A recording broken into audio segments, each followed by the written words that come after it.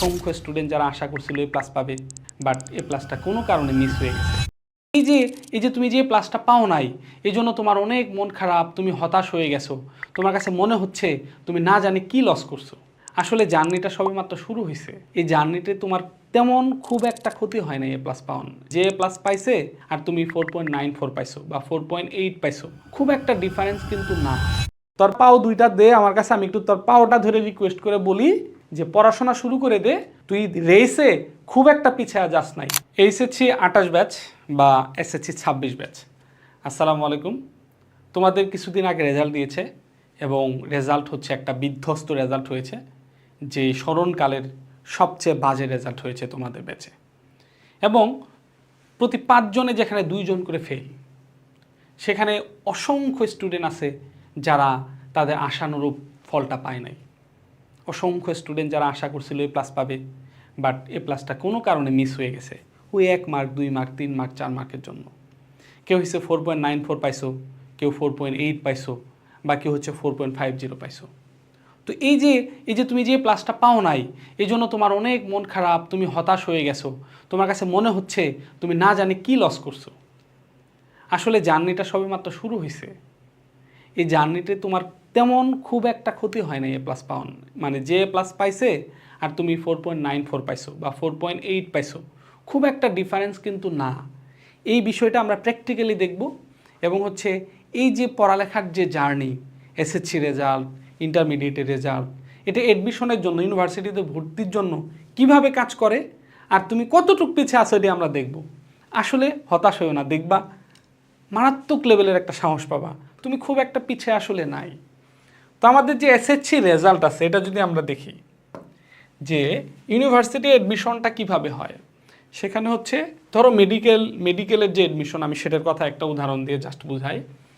তোমার এসএসসির GPA plus এইচএসসির GPA, মেডিকেলের টোটাল পরীক্ষা হয় 200 মার্কের ওপর। মেডিকেলের টোটাল পরীক্ষা হয় 200 মার্কসের ওপর। এই 200 মার্কসের মধ্যে 100 মার্কস হচ্ছে জিপিএ আর 100 মার্কস হচ্ছে এক্সাম। 100 মার্কস হচ্ছে জিপিএ আর 100 মার্কস হচ্ছে এক্সাম। তো এই 100 মার্কস জিপিএর উপর তোমার এসএসসি এবং এইচএসসি জিপিএর উপর 100 মার্কস। তো এসএসসিতে ধরো একজন তুমি এ প্লাস পাইছো, এসএসসিতে যে জিপিএটা পাইছো সেটার সাথে 8 গুণন হবে, আর এইচএসসিতে যে জিপিএটা পাইছো তার সাথে 12 গুণন হবে। তাহলে কেউ যদি, কোনো একটা স্টুডেন্ট যদি ধরো এসএসসিতে প্লাস পাইছে, ইন্টারমিডিয়েটেও প্লাস পাইছে, তাইলে 5 গুণন 8, সে এসএসসিতে 40 মার্কসের মধ্যে 40ই পাইলো, প্লাস ইন্টারমিডিয়েটে 5 12 60, 60-এর মধ্যে 60ই পাইলো। তার মানে টোটাল এই যে জিপিএর ওপর যে 100 মার্কস, সে হচ্ছে 100তে 100 মার্কস পাইছে, পেয়ে গেল।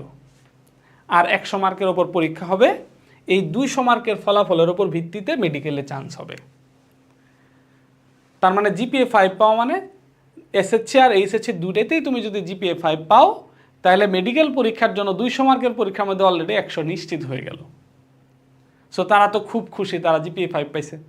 তোমার মনটা অনেক খারাপ, তুমি জিপিএ 5 পাই না, তুমি কি পাইছো, ধরো 4.8 পাইছো, এই জন্য তোমার মনটা খারাপ।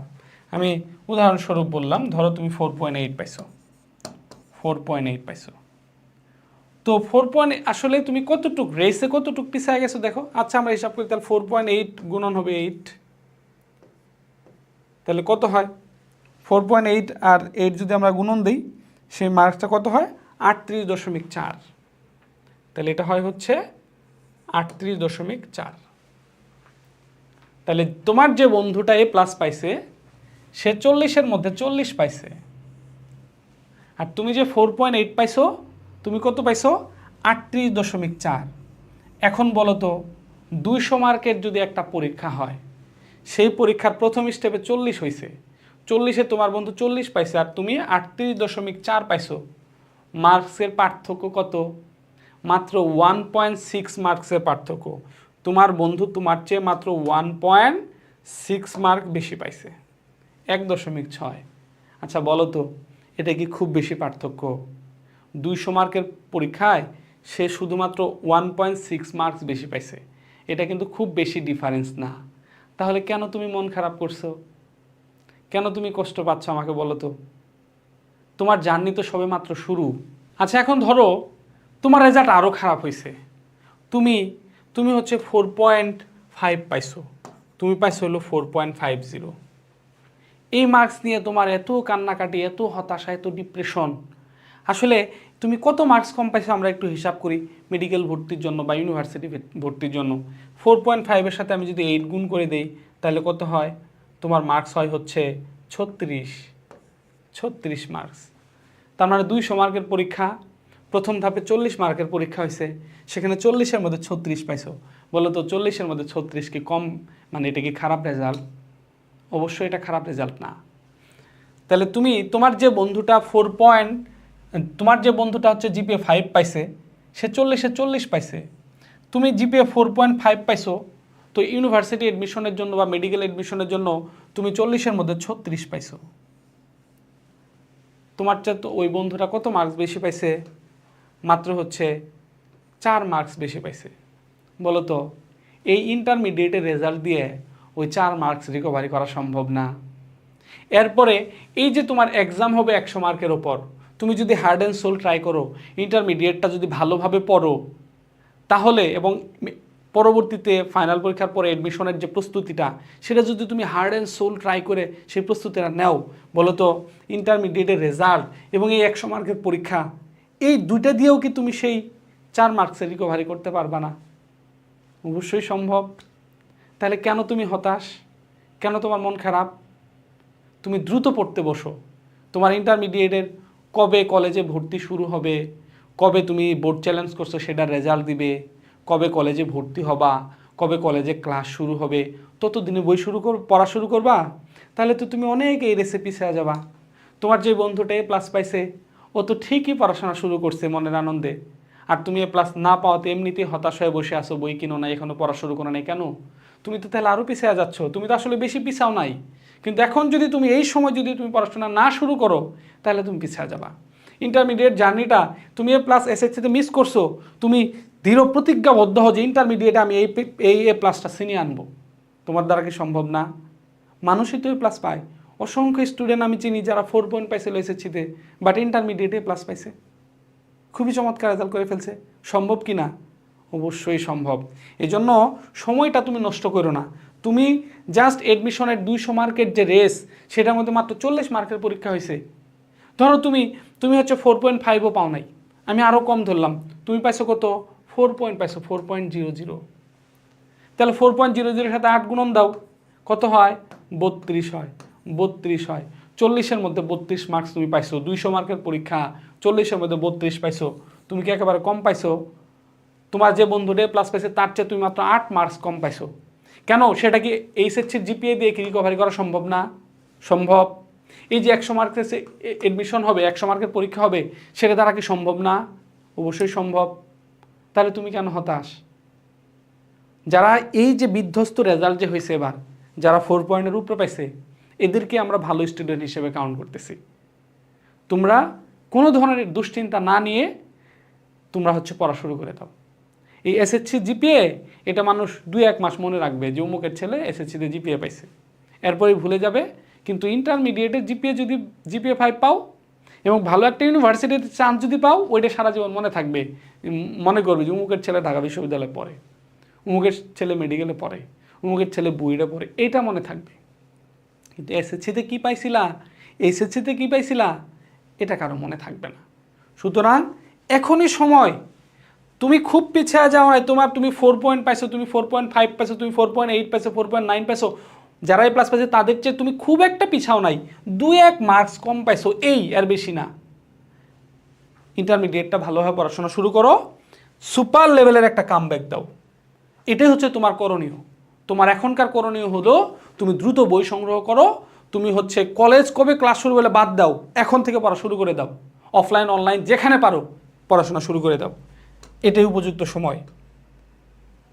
তা আমাদের এই যে তুমি যদি পড়াশোনা শুরু করতে চাও, অফলাইনে শুরু করতে পারো, অনলাইনে শুরু করতে পারো, কিন্তু অফলাইনে কিছু সমস্যা হলো যারা প্রত্যন্ত অঞ্চলে থাকে বা শহরের মধ্যে যানজট থাকে, অনেক সময় নষ্ট হয়, বা হচ্ছে অফলাইনে পড়তে গেলে অনেক বেশি টাকা পয়সা লাগে, অত টাকা পয়সা যাদের নাই, ফিনান্সিয়াল প্রবলেম আছে, হ্যাঁ, বা হচ্ছে তাহলে তোমরা অনলাইন কোর্স নিতে পারো। তোমার যেই প্ল্যাটফর্মের ক্লাস পছন্দ হয় সেই প্ল্যাটফর্মের ক্লাসই তুমি নিতে পারো, কোনো সমস্যা নাই। যার ক্লাস তুমি বুঝো, যার ক্লাস হচ্ছে তোমার ভালো লাগে, হ্যাঁ, এরকম যেটা তোমার পছন্দ, অনলাইনে অনেক ফ্রি ক্লাস আছে, এগুলো দেখো, দেখে যেটা পছন্দ যে কোনো একটা অনলাইন প্ল্যাটফর্মে যুক্ত হয়ে যাও। বাট একটা সাবজেক্টে দুইটা টিচারের কাছে অফলাইনেও পড়বো অনলাইনে পড়বো এরকম করার দরকার নাই। অফলাইনে পড়লে একবার অফলাইনেই পড়ো, অনলাইনে পড়লে অনলাইনেই পড়ো, দুইটা প্ল্যাটফর্মে পড়ার দরকার নাই, যে কোনো একটা প্ল্যাটফর্মকে ফলো করো। বা যেমন ধরো বায়োলজি যদি আমার কাছে পড়ো তাহলে আমার কাছেই পড়ো, ওই টিচারের কাছে বায়োলজি, ওই টিচারের কাছে বায়োলজি, ওই টিচারের কাছে ফিজিক্স, ওই টিচারের কাছে ফিজিক্স, এভাবে দৌড়াদৌড়ি করলে রেজাল্টটা খারাপ হবে। যে কোনো একটা টিচারকে ফিক্সড করো, ফিক্সড করে পড়াশোনা শুরু করো। তো রেদওয়ান্স মেথডে তোমরা যারা ছিলা, যারা এসএসসিতে পড়াশোনা করছো, রেদওয়ান্স মেথডে আমাদের ইন্টারউপ, আমাদের এইচএসসিও ব্যাচ আছে, যেটা হচ্ছে RMH। ইউটিউবের মধ্যে সার্চ দিলে RMH ইউটিউব চ্যানেল পাবো, ওখানে প্রত্যেকটা টিচারের অসংখ্য ফ্রি ক্লাস আছে। সেই ক্লাসগুলো দেখে দেখে দেখে তোমরা এখন পড়াশোনা শুরু করে দাও। যদি ভালো লাগে তাহলে আমাদের যে অনলাইন কোর্স আছে আমাদের কোর্সে যুক্ত হয়ে যাও। ভিডিওর কমেন্টের মধ্যে হচ্ছে লিঙ্ক দেওয়া থাকবে, লিঙ্কের মধ্যে গিয়ে কোর্স নিতে পারবা। আর স্পেশালিভাবে RMH এর বায়োলজিটা আমি নিচ্ছি ফার্স্ট পার্ট এবং সেকেন্ড পার্ট। সো তোমরা যারা আমার কাছে এসএসসিতে পড়ছো তোমরা তো জানো যে আমি কেমন পড়াই।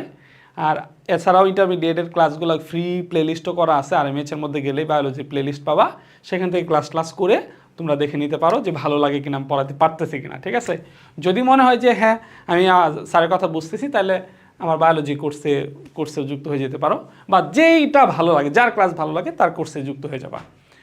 আর এটা হলো আমার কোর্সে যুক্ত হও বা অনলাইনে যুক্ত হও, অফলাইনে যুক্ত হও, তোমার স্বাধীনতা। যার কাছে ভালো লাগবে তার কাছে পড়বা, ঠিক আছে। তবে তোর পাও দুইটা দে আমার কাছে, আমি একটু তোর পাওটা ধরে রিকোয়েস্ট করে বলি যে পড়াশোনা শুরু করে দে। তুই খুব হতাশামূলক কোনো রেজাল্ট হয় নাই, তুই রেসে খুব একটা পিছিয়ে যাস নাই, এখনও অনেক সময় আছে, পড়াশোনা শুরু করে দাও।